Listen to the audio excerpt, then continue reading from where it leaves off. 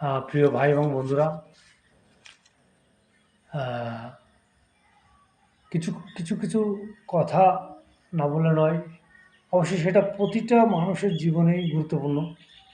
আজ আপনাদের সাথে কথা বলছি, কাল হয়তো একদিন দেখা যাবে আমি এই পৃথিবীতে নেই।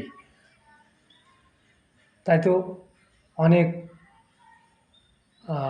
কিছু মনের ভিতর থেকে যায়, যেগুলো প্রকাশ না করলেই নয়। কারণ আমি যদি প্রকাশ না করি, তাহলে আপনি জানবেন কীভাবে? আরেকজন যদি প্রকাশ না করে, আরেকজন জানবে কীভাবে? প্রকাশের অবশ্যই প্রয়োজন আছে। তাই একটা বিষয় হচ্ছে, আপনাদের কাছে একটা অনুরোধ, কোনো ব্যক্তির কথাকে আপনারা কখনো অবহেলা করবেন না। তার কারণ হয়তো এমন কিছু ব্যক্তি আছেন যার কথাগুলো হয়তো অনেক মূল্যবান, হয়তো আপনি বুঝতেছেন না। হয়তো তার কথাগুলো শোনার পর দেখা যাবে আপনার অনেক বড় উপকার হতে পারে, অনেক বিপদ থেকে আপনি মুক্ত হতে পারেন। তাই আগে তাদের কথাগুলো জানবেন, বুঝবেন, বিশ্লেষণ করবেন, কটূক্তি করবেন না, অবহেলা করবেন না। এটাই আপনাদের কাছে আমার অনুরোধ। এবার আমরা বাকি প্রশ্নের উত্তরগুলো আপনাদের কাছ থেকে জানতে চাই। প্রশ্নগুলো আমার এরকমই ছিল। ৪ নম্বর প্রশ্ন তো আগে করেছি। ৫ নম্বর প্রশ্ন হচ্ছে, কোন শক্তি দ্বারা আমি পরিচালিত? কোন শক্তি দ্বারা আমি পরিচালিত?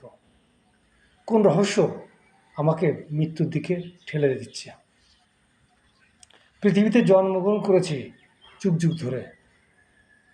আমারও ইচ্ছা হয় পৃথিবীকে জানার, বোঝার। কেন সেই জায়গা থেকে আমি বঞ্চিত হচ্ছি?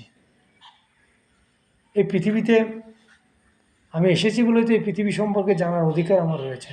কিন্তু আমি যদি এই পৃথিবী ছেড়ে চলে যাই, তাহলে তো এই অধিকার থেকে আমি বঞ্চিত হলাম, তাই না? আমি যখন এই পৃথিবীতে এসেছি, ৭০ লক্ষ বছর পরে পৃথিবী কী হবে সেটা তো আমার জানার ইচ্ছা। কারণ আমি চলে গেলে এই পৃথিবীতে তো আমি ফিরে আসবো না। তাহলে এই পৃথিবী থেকে আমি যে চলে যাব, বা আমি যে আছি, এর মূল্যটা কোথায়? কোনো মূল্য নেই। কোন রহস্য আমাকে মৃত্যুর দিকে ঠেলে দিচ্ছে? নম্বর ৬। ৭ নম্বর প্রশ্ন হচ্ছে, পৃথিবীতে জন্মগ্রহণ করেছি যুগ যুগ ধরে। আমারও তো ইচ্ছা হয় পৃথিবীটাকে জানার, বোঝার। কেন সেই জায়গা থেকে আমি বঞ্চিত হচ্ছি? নম্বর ৮। কোন রহস্য আমাকে পৃথিবী থেকে চিরতরে বঞ্চিত করে দেবে? কেন দেবে? সব কিছু থেকে যাবে, শুধু আমি থাকবো না। এটা কেমন রহস্য? দেহ থেকে প্রাণটা বেরিয়ে গেলে